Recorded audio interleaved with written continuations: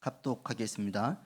너희가 이방인 중에서 행실을 선하게 가져 너희를 악행한다고 비방하는 자들로 하여금 너희 선한 일을 보고 오시는 날에 하나님께 영광을 돌리게 하려 함이라. 인간의 모든 제도를 주를 위하여 순종하되 혹은 위에 있는 왕이나 혹은 그가 악행하는 자를 징벌하고 선행하는 자를 보상하기 위하여 보낸 총독에게 하라. 곧 선행으로 어리석은 사람들의 무식한 말을 막으시는 것이라.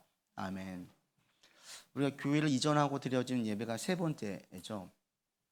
이전 얘기를 주변 선배 목사님들 이야기하니까 하나같이 다 하시는 게 뭐냐면 걱정을 먼저 하세요. 걱정. 저를 걱정하는 게 아니라 하면서 한국 교회를 걱정하는 거예요. 지금 우리 선배 목사님은 다 똑같습니다. 하나 개교회를 보지 않고 큰 전체 교회를 볼 때는 걱정이 먼저 돼요. 왜냐하면 한국 사회가 바라보고 있는 한국 교회가 암담하거든요. 그리고 교회학교 중고등부 아이들이 많아야 한국의 미래가 있는데, 교회의 미래가 있는데 갈수록 중고등부 아이들이 없어요. 전에 있던 우리 있을 때 아이들이 총 한 30여 명 됐어요. 영아 유학까지 하면 30여 명 됐어요. 그렇게 이야기를 하면 놀래요.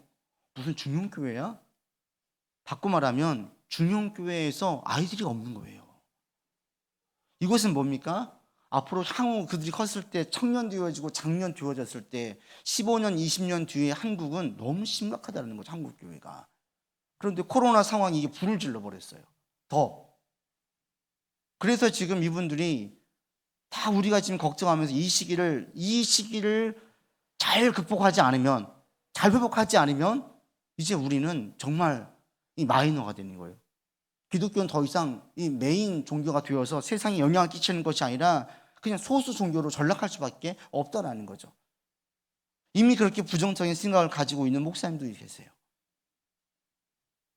한국의 여론, 이 부정적인 사회 여론을 돌이키지 않으면, 빠른 시간 내에 돌이키지 않으면 한국 교회가 여기에 대한 부담과 책임감을 가지고 의식하지 않으면 한국 교회는 힘이 없는 연약한 종교로 갈 수밖에 없다, 이런 생각을 하게 됩니다. 오늘 본문은 그런 우리에게 답을 줘요. 제가 지난주 선교 공부하면서 한 팀에게 이런 질문을 던졌어요. 이런 부정적인 사회 여론 가운데 우리 그러면 그리스도인들이 어떻게 해야 될까? 어떤 게 가장 좋은 방법일까? 단번에 정답을 얘기해요. 줄 설교를 할 수 없게 답을 다 알고 있는 거예요. 오늘 본문의 제목이 뭡니까? 설교의 선한 행위거든요. 우리가 뭘 해야 될까? 선한 행위예요. 지금 사도 베드로가 이것을 말씀하고 있는데, 사도 베드로가 사역했던 그 시대에도 그리스도교에 대한 여론은 매우 좋지 않았습니다. 그들 당시에 그리스도인 것은 뭐냐면 쟤를 너무나 별났어 이랬어요. 왜 이렇게 유별나게 믿어? 이게 그리스도인이었어요. 좋은 의미가 아니었어요. 무슨 컬트, 사이비 이단, 이상한 것 같아. 이상했어요. 그 당시에 사상으로 볼 때, 사고로 볼 때 기독교는 이상했어요. 쟤는 왜 저 하나님만 믿어? 예수가 누구야? 어떻게 인간이 예수가 신이 될 수가 있어? 이상했어요. 그러할 때에 그런 사람들에게 어떻게 대처해야 될까? 강하게 변호하고 홍보해야 될까? 아니요. 베드로의 답은 한 가지였어요. 12절이었습니다. 이방인 중에서 행실을 선하게 해라. 이방인, 믿지 않는 사람들에게 너희가 할 것은 무엇이냐? 변론, 변호, 논쟁 아니라는 거예요. 뭐라? 선한 행위라는 거예요. 왜 그래야 됩니까? 15절 보십시오. 같이 읽겠습니다. 그 선행으로 어리석은 사람들의 무식한 말을 막으시는 것이라. 선행이, 기독교가 이상한 곳이야. 거짓 루머를 터뜨리고 버리는 사람들의 말을 막을 수 있대요. 다른 게 막을 수 없대요. 그 당시 온갖 소문들이 돌았어요. 예수 믿는 사람들이 걔네들은 모여가지고 살과 피를 먹는데, 그래서 이 사람들은 사람 죽여다가 인육을 먹는데 소문이 났어요. 걔네들은 이상해. 신 하나만 믿어. 그 당시에는 성적으로 대단히 자유분방했어요. 쟤네들은 결혼한 다음에 한 남편, 한 여자만, 그냥 그 사람만 죽고 못 산대. 그 당시에 사고로 볼 때에는 이상했었어요. 비방했었어요. 비난했었어요. 그런데 가까이 들어가 본 사람들은 더 이상 비방하거나 비난하진 않았어요. 왜? 그들의 삶이 이상하긴 한데 악하진 않아요. 이상하긴 한데 그 삶이 좀 숭고한 삶으로 느껴지지, 뭐야, 더러워, 이렇게 느껴지진 않았어요. 어리석은 사람들의 무식한 말, 믿지 않는 사람들이 말하는 잘못된 말, 기독교는 이런 곳이야 라고 말하는 것들에 대하여서 변론하거나, 아니에요, 그 소수의 교회가 그렇게 한 것이지 대다수의 교회는 그렇지 않아요, 막 논쟁하라고 하지 않았어요. 그럼 뭐하라? 그들 삶에 들어가서 선한 행위를 하래요. 그거에 힘쓰래요. 그것만큼 좋은 게 없대요. 그러니까 사도 베드로가 대단히 정말 훌륭하신 분이죠. 왜?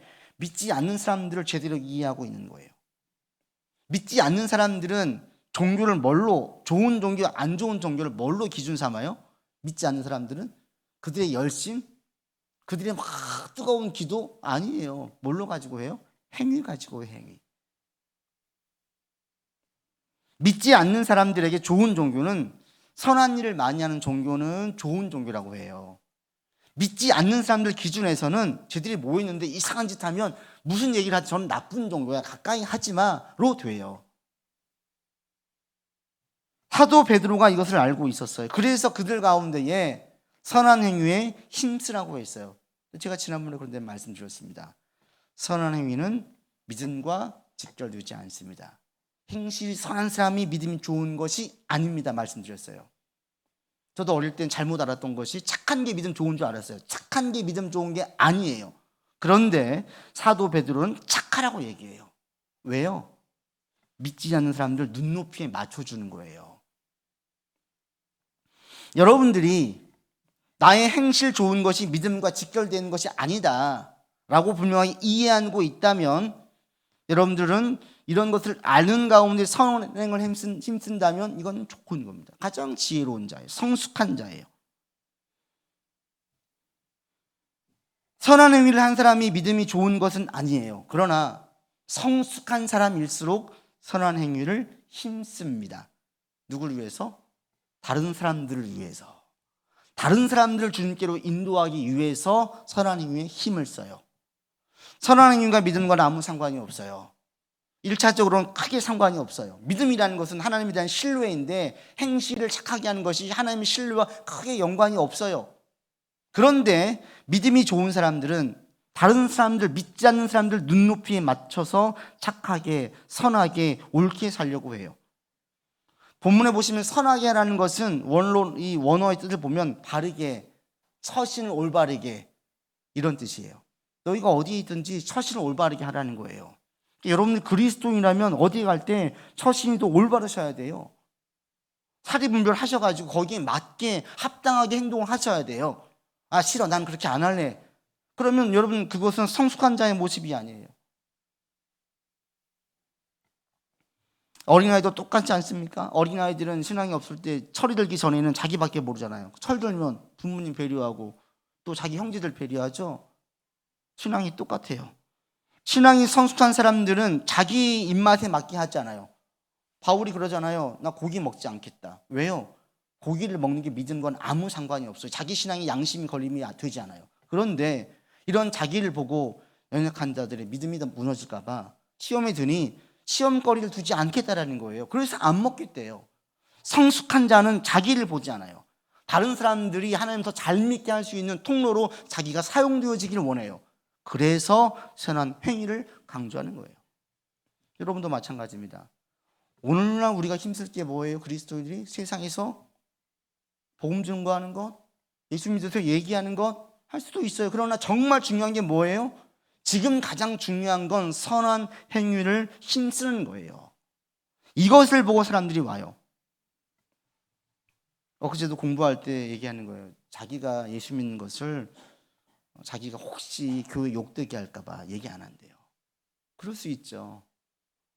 그래도 나은 거예요. 혹시 자기 때문에 예수님 욕 먹을까 봐. 그런 분들이 있어요. 그래도 이런 분들은 그나마 좀 사리 분별을 할 줄 아는 분인 거예요.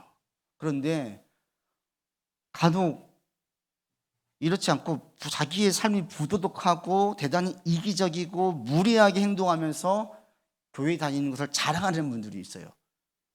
사무실 책상에다 성경책을 딱 꽂아놓고 막 식사 시간에, 친구 시간에, 교제 시간에, 밥 먹고 쉬는 시간에 교회 얘기하고, 야, 우리 교회 좋아, 와봐, 막 얘기를 해요. 근데 자신이 부도덕하고 이기적이고 무리하게 행동하면서 이런 얘기를 하고 성경책을 꽂아둔다면 이 사람은 자기가 지금 저 사람에게 복음을 가로막고 있다는 사실을 알아야 되는 거예요. 자기의 삶이 부도덕해요. 대단히 이기적이에요. 무료해요. 막 한번 성질 나면 아무것도 가리지 않고 자기 멋대로 막 해요. 풀리면 와가지고 와 좋다고 얘기해요. 그런 사람이 성경책을 딱 꽂아도 보세요. 사무실에. 그 성경책을 보는 순간 어떤 마음이 들겠어요? 저 책은 보지 말아야 되겠다. 이 마음이 들지 않겠어요? 그 사람이 나더러 교회 같이 가자. 그럼 무슨 생각이 들겠어요? 아유, 저 화상을 내가 직장에서 만나는 게 힘드는데 저 사람이 다니는 교회는 절대 가지 말아야 되겠다. 이 마음 들지 않겠어요? 몰라요. 믿지 않는 사람들, 오늘날 한국 사회에서 믿지 않는 사람들, 교회 모르는 사람이 있습니까? 예수님 모르는 사람이 있습니까? 십자가 모르는 사람이 있습니까? 없어요. 그들이 교회 왜 안 나가요? 믿는 자들이 선한 행위를 하지 않아서 안 나가는 거예요. 세상 사람들은 우리의 삶을 보고 감동을 받지 우리의 말을 보고 감동하지 않아요. 물론 절박한 사람들이 있어요. 영적으로 공고한 사람들이 있어요. 그런 사람들은 한번 전도만 해도 그냥 따라와요. 그러나 일반적인 사람들은 그렇지 않습니다. 계속 매일 마주치는 직장 동료들, 내가 믿는 사람이라고 얘기하지 않아도 선한 행위에 힘쓰면 얘기해요. 혹시 너 종교 있어? 먼저 물어봐요. 아, 그렇구나 라고 얘기해요. 사도 베드로가 얘기했던 초대교회 성도들에게 한 권면이 지금 21세기 지금 우리 한국 교회에 그대로 적용됩니다. 지금 우리 실추된 기독교를 회복시키는 최선의 방법은 기독교인들이 세상에서 행실을 선하게 하는 거예요. 행실을 선하게. 여러분이 있는 자리에서 조용히 그들의 삶에 들어가서 누군가 힘들어할 때 나도 바쁘지만 조금 시간 내가지고 그 사람 말을 들어줘 보세요. 예수의 이름으로. 누가 상사한테 혼나가지고 힘들어할 때 그냥 커피 한 잔 주면서 힘들지 그냥 그렇게 한마디 위로의 말을 건네줘 보세요. 선한 행위가 거창한 게 아닙니다. 소자에게 냉수 한 그릇 준 것도 하나님은 상이 있다고 얘기하셨어요. 작은 게 우리가 지금 할 거예요. 지금 다 얘기하는 게 이제 우리 기독교 지금 선배 목사님들이 이전에는 교회를 개척만 하면 다 부흥했어요. 사람들 마음 가운데 그런 사모함이 믿지 않는 사람들 가운데도 있었어요. 근데 지금은 이제 그게 다 끝났대요. 근데 제가 볼 때도 맞아요. 한국 교회가 왜 이렇게 부흥한 줄 아세요? 초대 선교사님들이 선한 행위로 엄청나게 씨를 뿌렸거든요. 그들이 물론 복음도 전했습니다. 전도도 했습니다. 성경을 번역하기도 하고 가르치기도 했습니다. 그러나 더 많은 포션, 더 많은 시간들은 어디에 들였냐면 선한 행위에 들였어요. 더러운 아이를 데려다가 씻겼어요. 심지어 이름도 없는 아이들 이름도 지어줬어요. 여자아이들은 인격이 아니었어요. 여자아이들 데려다 공부시켰어요. 병원을 지었어요. 그래서 기독교 학교, 기독교 병원이 생겼지요. 예수를 증거하는 것보다 훨씬 더 많은 시간과 수고는 어디에 들었냐면 선한 행위를 계속 뿌렸어요. 그러자 세상 사람들 마음 가운데에 기독교에 열리게 된 거예요. 뭔진 모르겠는데 저 코쟁이들 이상한 사람들 와가지고 하는 게 뭔진 모르겠는데 야, 우리 같은 동포 양반보다 낫다. 양반은 우리 무시하고 쌍놈 취급하고 우리가 아파서 죽든지 말든지 신경 안 쓰는데 저 코쟁이들은 와가지고 내가 죽어가는 나를 돌봐주는 거예요. 약을 주는 거예요. 먹을 걸 주는 거예요. 뭔진 모르겠는데 저 사람들이 우리를 도와주니 가보자. 계속 선한 행위로 씨를 뿌렸어요. 그래서 복음의 열린 마음, 기독교의 열린 마음을 가지게 되었고 십자가를 볼 때 좋은 그림이 그려졌어요. 교회의 종소리가 울릴 때에 그것이 좋은 아련한 마음이 들게 했었어요. 이게 다 선한 씨를 뿌려서 그랬던 겁니다. 지금은 끝났어요. 다 빨아먹었어요. 지금 뭐 해야 돼요? 다시 기독교인들이 선한 행위의 씨를 뿌릴 때예요. 여러분 각오하세요. 저와 여러분들은 우린 각오해야 돼요. 계속 뿌려야 돼요. 지금. 그래야 세상 사람들이 점점 마음을 돌이켜요. 감사하게도 올해 2022년도 총회가 이제 문자로 왔습니다. 2020년도 우리 장로교 통합 측 가장 큰 이제 규모의 모임이라고 할 수 있는 총회의 주제가 복음으로 교회를 새롭게 세상을 이롭게, 이게 우리 2022년도 총회 주제예요. 너무 잘 지었다 생각이 들었어요. 교회는 복음으로 새로워져야 돼요. 그리고 세상은 이롭게 하려고 해야 돼요. 너무나 교회가 세상에 해를 끼쳤어요. 이것은 우리가 사회적 책임을 느끼고 나아가야 돼요. 그렇구나. 지금은 선한 행위에 힘쓸 때입니다. 여러분 선한 행위에 힘쓰는 자들 되기를 바랍니다. 내일부터 직장생활 할 때, 믿지 않는 사람들 만날 때 우리가 할 게 뭐예요? 할 수 있는 한 조금 더 희생하세요. 조금 더 수고하세요. 기독교인들은 정상적인 사고를 가진 사람보다 좀 더 품이 있고요, 좀 더 지성적이고요, 좀 더 합리적인 사람이 되어야 합니다. 있는 자리에서 이렇게 행동하시고 남을 돕고 때로는 희생을 감수하고 연약한 자를 돕는데 인색하지 않고 나갈 수 있는 여러분들 되기를 바랍니다. 지난주 공부하다 어느 분에게 그랬어요. 손해봐도 괜찮습니다. 손해보는 게 손해가 아닙니다. 그분에게 그게 그렇게 힘이 됐나 봐요. 목사님 자기는 그게 너무나 힘이 됐대요. 세상에서는 손해보는 자기를 자꾸 바보라고 얘기하는 거죠. 너무 손해보고 살아. 손해봐도 괜찮아요. 우리 기독교는 손해보는 거예요. 첫 번째는 우리 그 선한 행위가 그리스도의 복음을 무식한 자들의 말을 가로막아요. 또 한 가지가 있습니다. 그게 뭐냐면 12절이에요. 선한 행위가, 손해보는 행위가 왜 좋으냐? 여러분 12절 다시 읽겠습니다.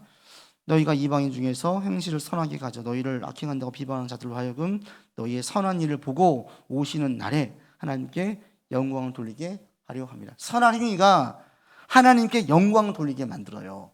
어떤 날에 오시는 날, 이 오시는 날에는 뜻이 세 가지 주석으로 보면 나눠져 있어요. 한 가지는 그 오시는 날이 언제냐? 주님 마지막 심판 날이다. 어느 신학자는 그랬어요. 또 어떤 분은 이것은 그리스도인이 하나님 심판대 앞에 설 날이다 라고 얘기하는 사람이 있어요. 그런데 칼민이나 헌터나 다른 신학자들은 이것은 이방인들이 회개하는 날이다. 오시는 날이 언제냐면 이방인들이 회개하는 날. 그런데 성경 전체의 문맥을 볼 때에는 이게 맞아요. 그리스도인들의 삶이 이방인의 영혼을 구원한 방편으로 쓰일 수 있다라는 그 관점에서 보면 오시는 날이 언제냐면 이방인들이 예수님을 믿게 되는 날이에요. 이방인들이 예수님을 딱 믿는 다음에 뭘 느끼냐면 그 믿는 자들의 선한 행위를 보면서 그를 통해서 하나님의 영광을 본대요. 하나님의 영광을 본다는 게 뭐예요? 우리가 좋아하는 축복받는 삶이에요. 아브라함에게 그랄 왕 아비멜렉이 말합니다. 네가 무슨 일을 하든지 하나님이 너와 함께 계시는구나. 나랑 언약을 맺자. 아브라함을 보니까, 이삭을 보니까 하나님이 함께 하세요. 세상에 뭘 해도 잘 되네. 그래서 믿지 않는 자들이 언약을 맺지. 쟤랑은 관계 좋게 맺는 게 나한테 좋겠어. 그래가지고 언약을 맺재요. 그의 삶을 통해서 하나님의 영광이 드러난 거예요. 저를 보니까 누가 있어. 큰 도와주는 힘이 있네. 믿지 않았던 사람들이 예수를 믿은 다음에 선한 행위를 힘쓰고 있는 성숙한 그리스도인의 삶을 보니까 그들 삶에 뭔가 있어요. 보이지 않는 하나님의 손길이 있는 거예요. 그전에는 몰랐죠. 그런데 들어와 보니까 그의 인생이 정말 복된 인생인 거예요. 좀 세상의 논리로 살지 않는데 때로는 조금 어리숙하게 사는 것 같은데 가만히 그 삶을 들여다보니까 축복을 많이 받은 거예요.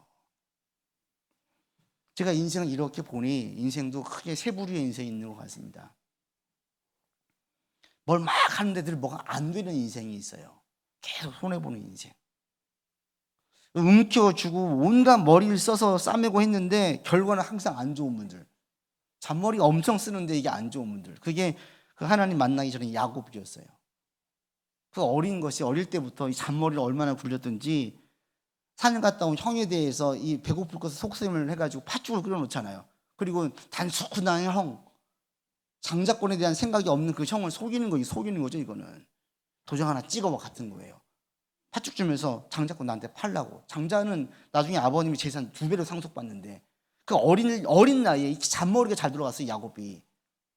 그래가지고 장자권을 샀어요. 나중에 좀 크고 나니까 에서가 속은 거죠. 분노한 거죠. 저것이 같은 형제가 돼가지고 어릴 때부터. 심지어는 어떻게까지 해요? 엄마 말 듣고 아버지 속이잖아요. 아버지. 눈이 먼 아버지에게 장자의 축복도 대신 받아요.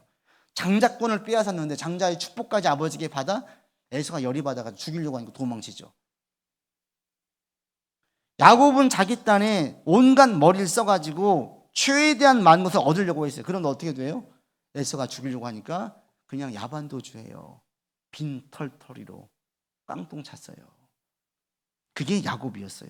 더 많은 것을 가지려고 온갖 고심에서 수를 썼는데 결과는 깡통 찬 인생이었어요. 고생해서 삼촌 집에 갔어요. 완전히 그냥 남루한 노숙자처럼 삼촌 집에 간 거예요. 그게 야곱이었어요. 근데 인생 가운데 그런 분들이 있더라고요.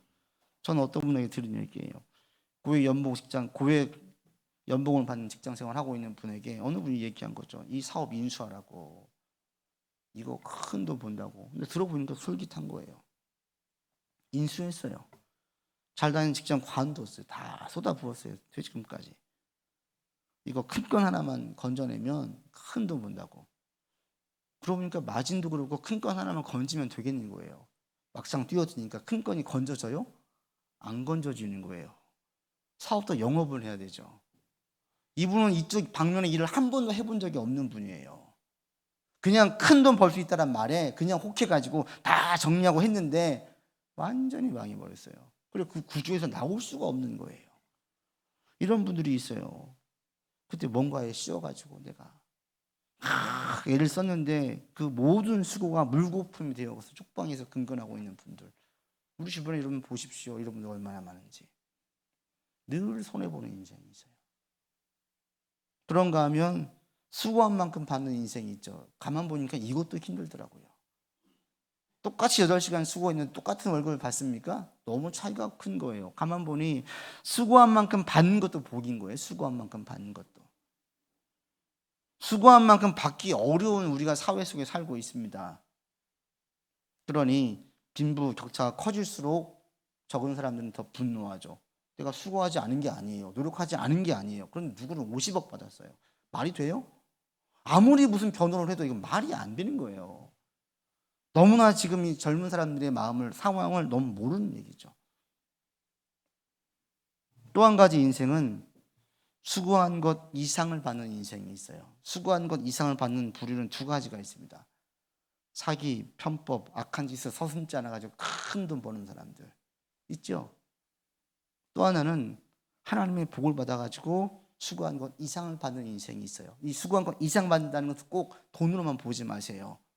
자신 농사 잘 지는 사람들도 있고요. 그냥 그 가정이 더 평안한 것도 있고요. 건강도 큰 복이더라고요. 건강 유지한 사람도 있고요. 수고한 것 이상을 받는 인생이 있어요.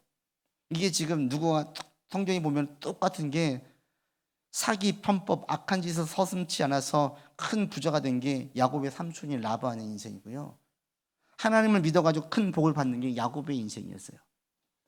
라반은 이 야곱을 악용해가지고 14년간 무임금으로 노동시켰어요. 노동 착취했어요. 또 야곱이 부지런해가지고 재산을 엄청 불렸어요. 이 모든 것들은 전부 다 이 라반 거였어요. 안 해줄게. 자기 딸을 주면서 거짓으로 줘가지고 7년간 고생할 거 14년 동안 무임금으로 고생시킨 게 이 삼촌 라반이었어요. 라반은 거부가 됐어요. 악한 짓으로, 사기로, 편법으로. 오늘날 부자 된 사람이 있잖아요. 그런데 하나님을 믿는 야곱은 하나님의 보호하심과 도우심 가운데 점점 재산이 증식하기 시작했어요. 그래서 야곱도 큰 부자가 됐어요. 하나님의 복, 이 보호를 받는, 이게 바로 이런 인생이 있더라는 거죠. 근데 어떤 사람이 이런 인생을 사느냐, 하나님의 보호를 받느냐, 베드로 사도가 말합니다. 선한 행위에 힘쓰는 사람, 그리스도 이름으로 선한 행위에 힘쓰는 사람, 바꿔 말하면 좀 손해보는 사람, 좀 희생하는 사람, 예수 이름으로 내 것 조금 덜 가지고 양보하는 사람, 우리 이런 사람들이 걱정하잖아요. 저것이 어떻게 할까? 걱정해요. 그런데 여러분, 진짜 하나님의 상을 믿으신다면 이렇게 사세요. 하나님은 배로, 천배, 만배로 주십니다. 믿으십니까? 저는 확신을 해요. 그런 것들을 너무나 많이 경험해 왔어요. 믿음이 없는 사람들은 좀 손해보는 것도 가지고 되게 속상해하죠. 하나님은 우리가 그리스도의 이름으로 선한 행위에 힘쓸 때에 절대 이것을 가볍게 여기지 않으십니다. 보호하십니다. 인도하십니다. 영광을 보게 하십니다. 그래서 우리의 삶이 수고한 것 이상을 받는 삶이 되게 하세요. 내가 한 게 없었는데 자신보다 잘 짓는 경우도 있고요. 내가 의도해서 해안이 뛰어나가지고 이런 선택을 한 게 아닌데 너무 잘했고요. 이런 일들이 그리스도 안에서 그리스도를 위해서 살았던 사람들의 삶에 너무나 많아요. 이분들은 전부 다 공통적으로 나중에 고백을 해요. 인생을 마감할 때 하나님 감사합니다. 다 감사합니다 그래요. 자기가 수고한 것 이상의 것들을 저에게 허락해 주셔서 감사합니다. 고백을 해요. 저도 지금 나이가 많지 않지만 저도 동일한 고백을 할 수 있어요. 제가 수고한 것 이상으로 하나님께서 저에게 늘 주셨어요. 너무 감사해요. 여러분 모두가 다 이런 삶을 살았으면 좋겠습니다. 하나님의 인도와 보호를 받는 복된 인생 되기를 바랍니다. 아멘. 그러기 위해서 믿음 가운데에서 여러분 세상 사람들에게 선한 행위에 힘쓰십시오. 그렇게 나아갈 때 하나님께서 주신 상을 받을 수 있고요. 우리를 통하여서 하나님의 영광이 드러나게 되어지고요. 나의 선행으로 사람들의 닫혀진 마음이 열리기도 됩니다. 기도하겠습니다. 하나님, 우리가 선한 행위에 힘쓰는 자입니다. 선한 행위에 힘쓰는 우리 되게 하여 주시옵소서. 세상에서는 어리석은 철학이고 어리석은 삶의 태도인데 몇십만 원, 몇백만 원 손해보는 것이 결코 손해가 아님을 주님 우리로 알게 하여 주시어서 그런 것들로 속상해하지 아니하고 하나님의 상을 바라며 나아갈 수 있도록 인도하여 주시옵소서. 우리의 선한 행위가 다른 사람들에게는, 믿지 않는 자들에게는 그들의 어리석은 말들, 비방의 말들을 막게 하고 그들의 마음을 열게 합니다. 우리의 선한 행위를 통하여서 비방의 말들이 막아지게 하시고 잠잠해지게 하시고 복음에 대해 열린 마음들 되게 하여 주시옵소서. 하나님, 우리의 선한 행위를 가볍게 여기지 아니하시고 귀히 여기시고 셈하시는 아버지 하나님, 예수 이름으로 믿지 않는 자들의 삶에 들어가 선한 행위에 힘써 하나님의 상을 받는 삶 되게 하여 주시옵소서. 지금 당장 그 상이 보이지 않는다 할지라도 계속 소망 가운데 뿌리고 뿌리게 하여 주시옵소서. 기다릴수록 더 큰 상을 주실 것을 믿으면서 뿌리고 뿌려 많은 상을 누리는 삶으로 나아갈 수 있도록 주여 이끌어 주시옵소서. 감사드리며 예수 그리스도 이름으로 기도드립니다. 아멘.